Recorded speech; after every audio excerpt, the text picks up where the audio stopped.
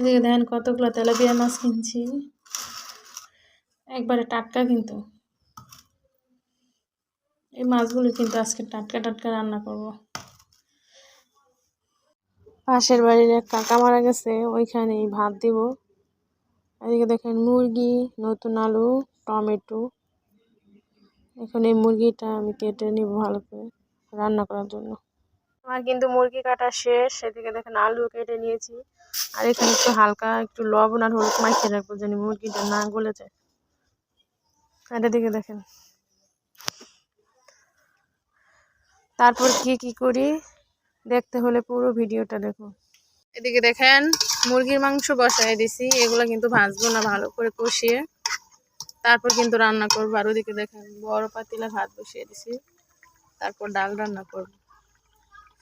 আর এই মুরগিটা ভালো করে কষানো হলে তারপর কিন্তু আলু দিয়ে দিব।